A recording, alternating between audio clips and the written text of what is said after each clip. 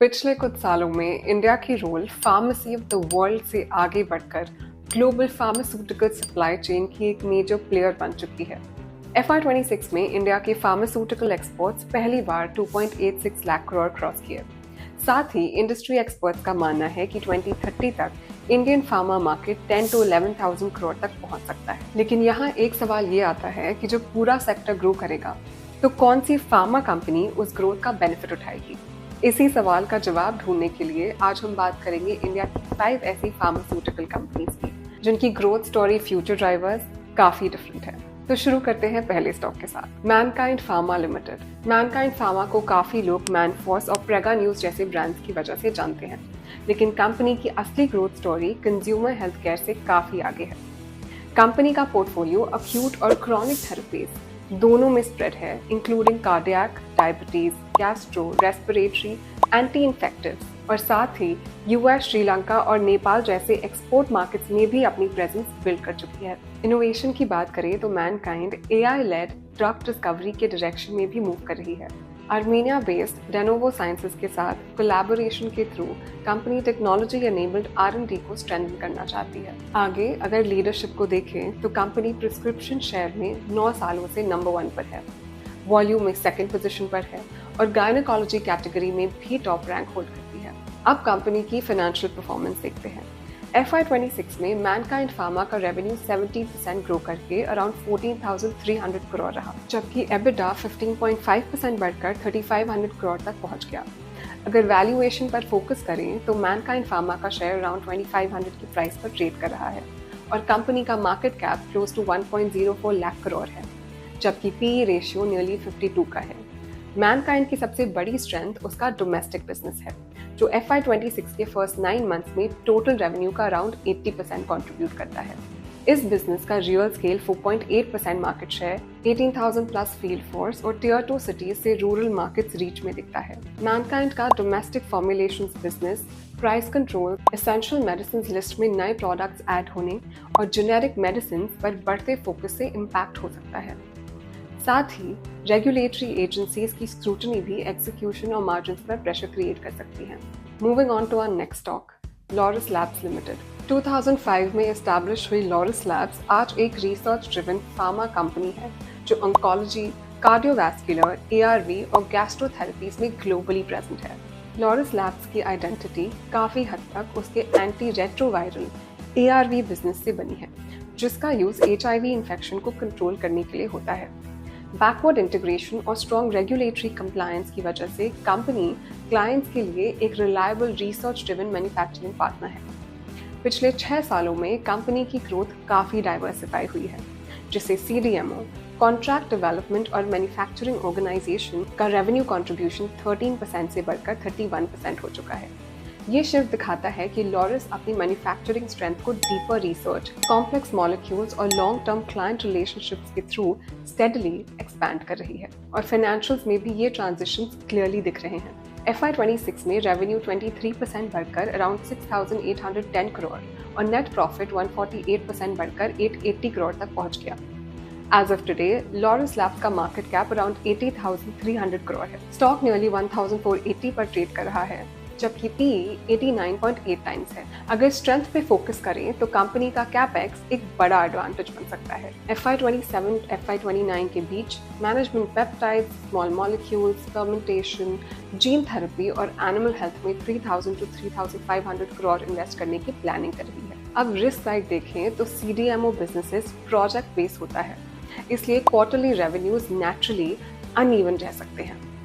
साथ ही ये कैपेक्स तभी वैल्यू क्रिएट करेगा जब नए प्लांट्स टाइम पर स्टार्ट हों और यूटिलाइजेशन एक्सपेक्टेड लेवल्स तक पहुंच सके।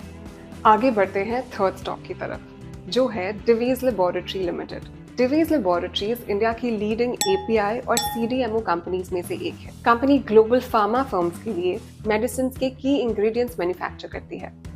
सिंपल वर्ड्स में डिवीज एक्टिव फार्मास्यूटिकल इंग्रेडिएंट्स यानी API और कस्टम सिंथेसिस बिजनेस में काम करती है। कंपनी का स्टॉक अभी 6,800 के अराउंड ट्रेड कर रहा है। मार्केट कैप 1.82 लाख करोड़ है। वैल्यूएशन की बात करें तो स्टॉक 69.2x PE पर है। इस क्वार्टर में कंपनी का रेवेन्यू अराउंड 2,800 करोड़ रहा, जो 10% ईयर ऑन ईयर ग्रो हुआ। नेट प्रॉफिट 751 करोड़ रहा, जिसमें 13.4% ईयर ऑन ईयर ग्रोथ देखने को मिली। बट यहाँ हाईलाइट नंबर्स से ज्यादा बिजनेस मिक्स में है। आज कंपनी के टोटल रेवेन्यू का लगभग 55% कस्टम सिंथेसिस बिजनेस से आता है। इसका मतलब है Divi's gradually high value CDMO business की तरफ शिफ्ट कर रही है, जहां लॉन्ग टर्म कॉन्ट्रैक्ट्स और मार्जिन्स दोनों बेटर रहने की एक्सपेक्टेशन होती है। अब सवाल ये है कि आगे ग्रोथ कहां से आएगी। मैनेजमेंट का कहना है कि कंपनी आगे भी double digit revenue growth deliver करने की पोजीशन में है। CDMO पाइपलाइन में मल्टीपल प्रोजेक्ट्स फेज 2, फेज 3 और वैलिडेशन स्टेजेस पर पहुंच चुके हैं, जो कस्टमर अप्रूवल्स मिलते ही ग्रेजुअली कमर्शियलाइज होंगे। इसी लॉन्ग टर्म डिमांड को देखते हुए कंपनी ने FY26 में 2500 करोड़ का कैपेक्स इन्वेस्ट किया है। डिवीज पेप्टाइड बिजनेस पर भी अग्रेसिवली फोकस बढ़ा रही है। कंपनी ने मल्टीपल पेप्टाइड फ्रैगमेंट्स वैलिडेट किए हैं और पाइपलाइन लगातार एक्सपैंड हो रही है। साथ ही long term customer agreements future growth को सपोर्ट कर सकते हैं। कंपनी के लिए सबसे बड़ा near term risk raw material और फ्रेट कॉस्ट इन्फ्लेशन के साथ जेनेरिक API प्राइसिंग प्रेशर है, जो मार्जिन्स को इम्पैक्ट कर सकता है। अब बात करते हैं अपने फोर्थ स्टॉक की, जो है Zydus life sciences. Zydus life sciences पिछले कुछ महीनों से लगातार हेडलाइंस में है, चाहे US बेस्ड असर्शिया होल्डिंग्स का एक्विजिशन हो या स्पेशलिटी मेडिसिन और बायोसिमिलर्स पर बढ़ता फोकस। कंपनी धीरे धीरे अपने बिजनेस को ट्रेडिशनल जेनेरिक से आगे लेकर जा रही है। ये domestic formulations, US generics, biosimilars और वैक्सीन जैसे मल्टीपल सेगमेंट्स में साइमल्टेनियसली ऑपरेट करती है। इसी डाइवर्सिफिकेशन की वजह से कंपनी किसी एक मार्केट पर डिपेंडेंट नहीं रहती। जाइडस की मार्केट पोजीशन देखें तो कंपनी का करंट प्राइस 1200 के अराउंड है और market cap around 1.16 lakh crore है। स्टॉक का PE 21.5x है, यानी वैल्यूएशन मॉडरेट लेवल पर है। इस क्वार्टर में रेवेन्यू अराउंड 7,580 करोड़ रहा, जो 16% ईयर ऑन ईयर ग्रो हुआ। नेट प्रॉफिट 1,270 करोड़ रहा, जिसमें 8.7% की ग्रोथ देखने को मिली। इंटरेस्टिंगली, बोर्ड ने 1,100 करोड़ के शेयर बायबैक को 1,150 पर शेयर के प्राइस पर अप्रूव किया, जो मैनेजमेंट के लॉन्ग टर्म कॉन्फिडेंस को रिफ्लेक्ट करता है। लेकिन अब सवाल ये है कि कंपनी के लिए अगला ग्रोथ इंजन क्या होगा। फोकस US मार्केट में complex generics, injectables, 505(b)(2) products, transdermals, biosimilars और वैक्सीन पर रहेगा। साथ ही मैनेजमेंट को FY27 में स्पेशलिटी बिजनेस से अच्छी मोमेंटम और FY28 से और स्ट्रॉन्ग स्केल अप की एक्सपेक्टेशन है। रिस्क की बात करें तो FY27 में बढ़ती कंपेटिटिव इंटेंसिटी, रेवलिमिट और मीरा बैकग्राउंड कंपटीशन के साथ नए प्रोडक्ट लॉन्चेस से जूड एक्सपेंसेस नियर टर्म मार्जिन्स पर प्रेशर डाल सकते हैं। पर अब हम बात करेंगे इस लिस्ट के लास्ट स्टॉक की, अजंता फार्मा के बारे में। अजंता फार्मा ये उन कंपनीज में से है जो क्वाइटली अपना बिजनेस स्केल कर रही है। कंपनी ने सालों से कंसिस्टेंट एग्जीक्यूशन के दम पर अपनी पोजीशन स्ट्रॉन्ग बनाई है। FY26 में कंपनी इंडियन फार्मास्यूटिकल मार्केट की टॉप 25 कंपनीज में शामिल हुई और नए प्रोडक्ट लॉन्चेस के साथ इंडिया और इमर्जिंग मार्केट्स दोनों में अपनी प्रेजेंस और मजबूत। कंपनी इंडिया, अफ्रीका, एशिया और US में ब्रांडेड जेनेरिक्स और जेनेरिक ड्रग्स का बिजनेस करती है। इंटरेस्टिंग बात यह है कि कंपनी की अफ्रीका में स्ट्रॉन्ग सेल्स नेटवर्क और डिस्ट्रीब्यूशन रीच है, जो इसे एक ड्यूरेबल कंपेटिटिव एडवांटेज देती है। अजंता की करंट मार्केट प्राइस 3,300 है और मार्केट कैप अराउंड 41,300 करोड़ है, जो कंपनी को strong mid to large pharma player बनाता है। स्टॉक 36.6x PE पर ट्रेड कर रहा है, जो प्रीमियम वैल्यूएशन दिखाता है। FY26 में रेवेन्यू 17% बढ़कर 5,453 करोड़ रहा, जबकि नेट प्रॉफिट 15% ग्रो होकर 1,056 करोड़ पहुंच गया। अब सवाल ये है कि ग्रोथ का नेक्स्ट ड्राइवर क्या होगा। मैनेजमेंट के अकॉर्डिंग अफ्रीका में new product launches, market share gains और क्रॉनिक थेरेपी पोर्टफोलियो की बढ़ती कंट्रीब्यूशन ग्रोथ को सपोर्ट कर रही है। जैसा कि आप देख सकते हैं, एशिया और अफ्रीका के ब्रांडेड जेनेरिक्स बिजनेस ने मिलकर 859 करोड़ का रेवेन्यू जनरेट किया। साथ ही US जेनेरिक्स बिजनेस भी स्ट्रॉन्ग मोमेंटम में है, जहां Q4 रेवेन्यू 56% जम करके 505 करोड़ पहुंच गया।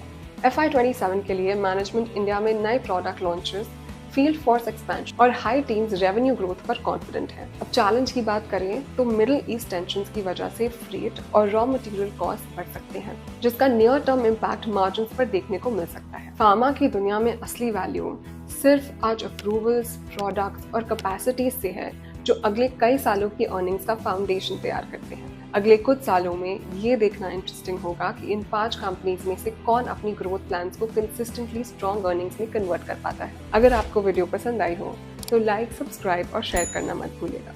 मिलते हैं अगली वीडियो में। Investment in securities market are subject to market risks. Read all the related documents carefully before investing.